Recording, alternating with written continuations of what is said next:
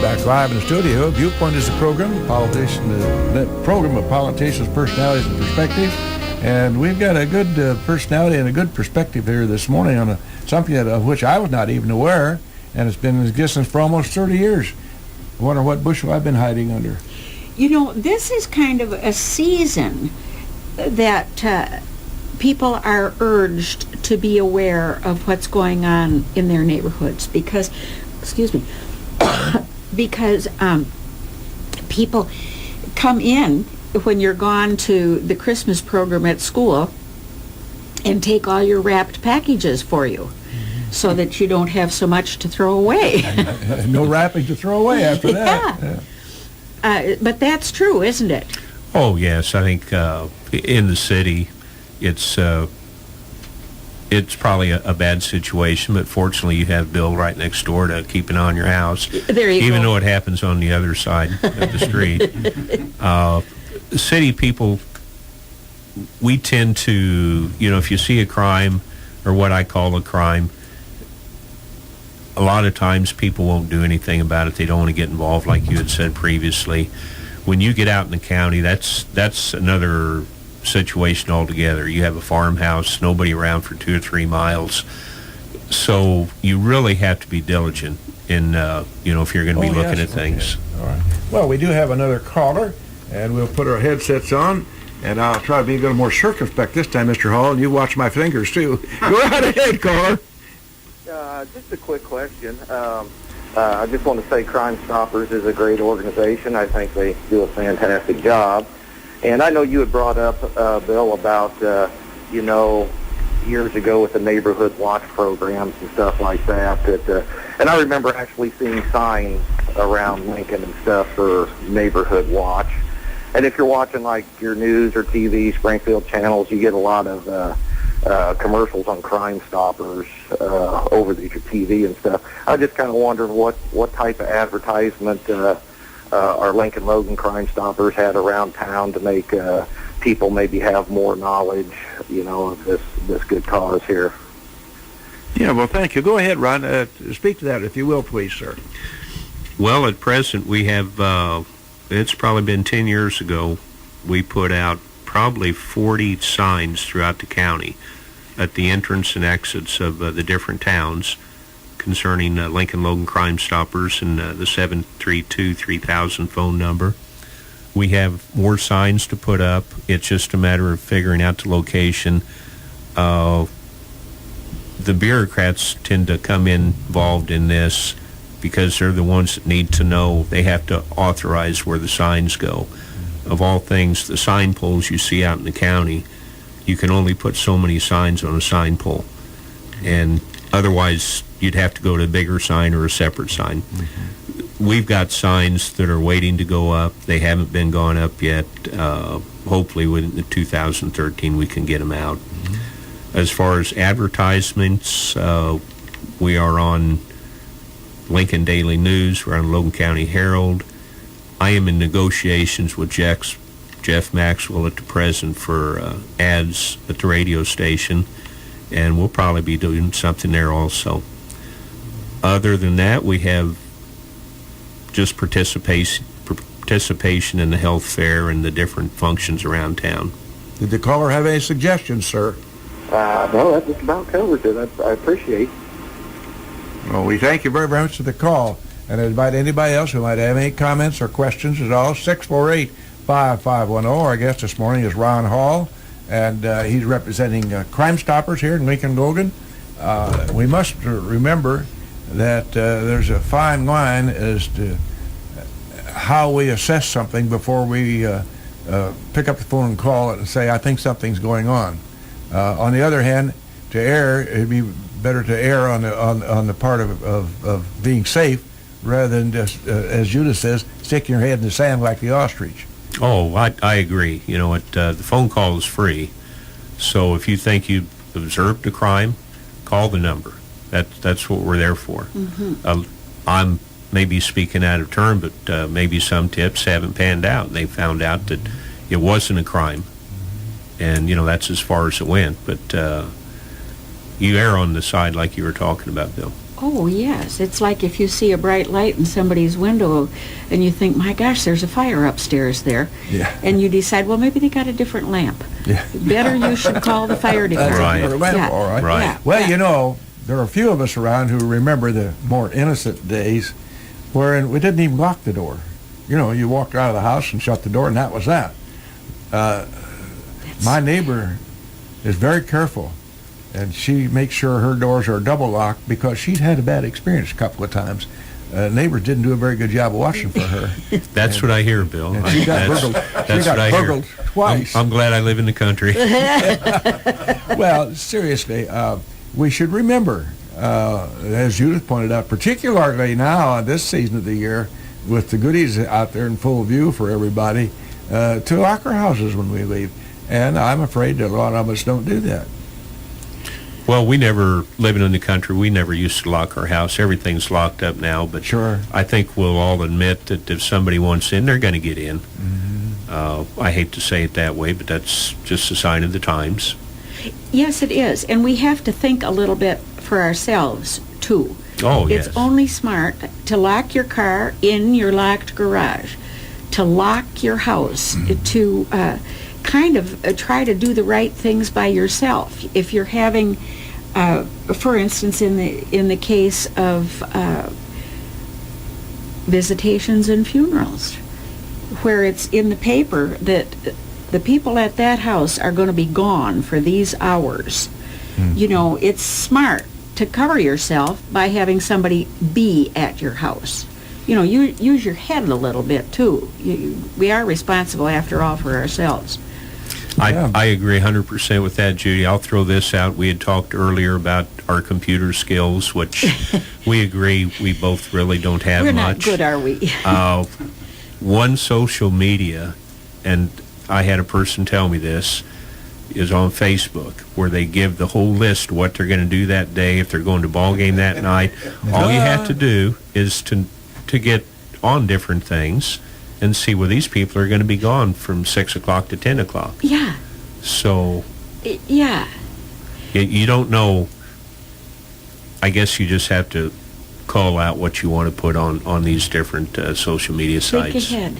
Think ahead. Let's talk about the fact that this is not a Lincoln program. This is a county-wide participation. Actually, it's greater than that because of the networking with all the other counties that there are around. Let's talk about participation in the county. What we have currently, everybody on our board are Lincoln residents or within 6-mile radius of Lincoln. We would dearly love to have more participation from our small towns, because it is Lincoln-Logan.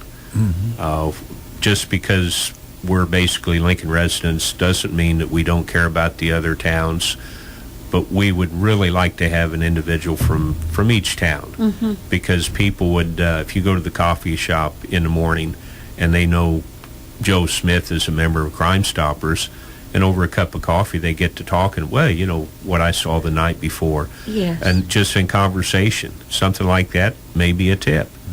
And they don't really know what they saw, but they're just mentioning over a cup of coffee. But if we had more participation from the small towns in the area, anybody that lives in a rural route address, you know, that would really help. Now, you have currently 11 members on your board. Correct. And you'd like to expand that number in the county. It would be nice to get You'd like to have some more volunteers more to help you. participation, new blood, yes. Now, Ron, and of course, how often do you meet as a board? We meet once a month, every Wednesday evening, up at the Logan County Farm Bureau. They've been gracious enough. We use their conference room at no charge. That's been going on, probably 6-7 years. We used to meet at the safety complex downstairs, but we're over at the Farm Bureau now. And it works out well. We've got a big area. The conference table is big enough to handle 18 to 20 people. So if we get that many more members, that's great. Everybody's got a chair. No problem. No problem. Now, do you, as a board, do you meet any kind of a regular basis with established law enforcement, such as the county or the city or the Illinois State Police, or do you have sometimes you have somebody in as a speaker? Our advisor, we basically get the information, glean the information from him when he comes in at our monthly meetings. If by chance there's something called in, we need immediate action, we can call a special board meeting. I think we've only done that once in my time on Crime Stoppers. Do you report stray cats? Like this one that just ran by one my just feet? came in and left. No, I won't report that one, even though it's black. Wait for Well, I Halloween. didn't know in the course of your meetings whether you had a specialist from, say, the state police come in and on a consultation basis just for informational visit, and it seemed to me that might be, or would it be helpful to I'm sure it'd be helpful. consultations? We've talked about over the years doing some different things. I'll go back to when we met at the safety complex in the Blue Room. The police department had a computerized program where Crime Stopper members could all use it. I'll call it like a laser gun imitation or shooting. Oh, okay. Like what you see on TV. If there's a crime scene, there's a good guy, a bad guy, and the reaction time, those kind of things. But as far as a speaker, you will have some law enforcement people come in, local people, if they have something to talk about. We've had the head of the probation department come in. They have a teen court. A teen court or Right. team? Teen. Oh, Where they meet. I think it's once a month. But she talked about that, just to give us an idea how that was going to function. And it's my understanding, we're not actively involved in that financially or anything, but it's my understanding that it's doing real well. now, at each meeting, do you go over the type of calls then that have come in over the past month since your previous meeting? Any tip that comes in, it's discussed, as long as it's a tip that they're requesting funds for the Okay. tip. Just because somebody calls in, we don't discuss calls until an arrest is actually made. So there's, we may have 10 calls on the answer machine, but if only one call pans out where an arrest is made, that's the call that's the information is brought to our board. Because of the need then for figuring out what the remuneration will be Correct. for that. Correct. Oh, we have a so-called, well, I guess remuneration is the word. If I call something in and it turns out to be valid, is there a reward for that? If arrest is made, yes. You call something in, if you see a bicycle theft, I'll use something real minor. You see a bicycle theft, call it in, they recover the bike and that. Requesting a tip, you'll have a tip number assigned, and it'll be brought to our board and be voted on. And like I said, we have a sliding scale for guidelines depending on severity. If I may, I'd like to take just to interject something personal right now, Judith. The old guy decided to quit riding the bike. Finally decided that it's not too smart. I have a very nice, it's a girl's bike. And the reason for that is it was easier for me, I gave my other one away, it was easier for me to mount the girl's bike than it was the boy's bike, But I think at almost 90, it's time to maybe forget that. The point being, if somebody knows some youngster who would like a girl's bicycle in very good condition, certainly not new, and if they'd let Mr. Ash know at 648-5510, he'll convey that to me. Yeah, there you go. I would really like for some child to have that if anybody knows that. Now, I'm sorry, that just popped into my mind. I thought, well, it'd be a good chance to get rid of that I tell to you somebody what, who's in need. You can drive by the safety complex and see bicycles in the enclosures up there. So Yes. you Well, leave yours out on the sidewalk in front and give it a couple of days, and you won't have to worry about it. Right. Yeah. Right. Well, I guess that's right, but I'd like for it to go to somebody that would really appreciate it. Anyway, we appreciate. I was a kid who had a bicycle stolen when I was I was probably 70 years ago.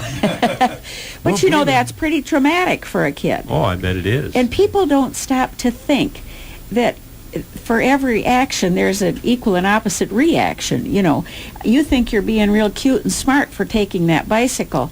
Well, that kid is devastated.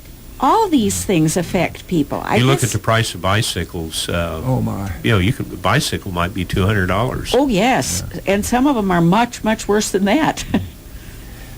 Ron, this has been 30 years. You've been in this. You've been involved in this long, my friend? No, it's probably going on 15 or 16 years. Really? Yeah. That's a lot of volunteer time, Ron. I got on Crime Stoppers the same time I got on the United Way board. Somebody asked me, the same individual asked me for both boards, so I said, Are you okay. still friends? Well, we're both off the United Way board, and that's been a while. But Crime Stoppers, it's a darn good organization. We do what we can with limited numbers, what I call everybody. It's strictly volunteer, so everybody in this room knows about volunteer organizations. It depends on how involved the volunteers want to be, how much time they want to spend. So that's why the more the merrier. Quite you know, now that the first of the year is coming and people will be making New Year's resolutions, there are probably those who will be deciding that they want to do something for their fellow man, and they might consider membership on the Crime Stoppers board. Bring some new, fresh ideas for you and participation. You know, here's a group that is just quietly, with no fanfare, is going about a service to the citizens of the county. And we appreciate that, Ron. And we're going to speak for all the county citizens in conveying our thanks to you and the board for working with this. It's very interesting to know that we have this group of devoted citizens who are serving the betterment of the community by giving up their time and their thoughts and talent. Well, on behalf of the board, I appreciate the opportunity for the interview. And if we even get one more person or one more crime called in, tip, it was worth it. Yeah, well, we thank you very, very much. You know, there's a subject, they always try to close with a quote. I came up with one just by accident today that really is apropos of using good sense and so forth in thinking about whether or not you will or will not report something of a suspicious nature. And old Will Rogers said, talking about legislation, you cannot legislate intelligence and common sense in people at all. As your daughter says, you can't fix stupid. Amen. Merry Christmas on behalf of all of us here in the studio this morning to our folks out there. I hope you all have a blessed holiday. Thank you very much for Viewpoint. Thank you, Rod. Thank you.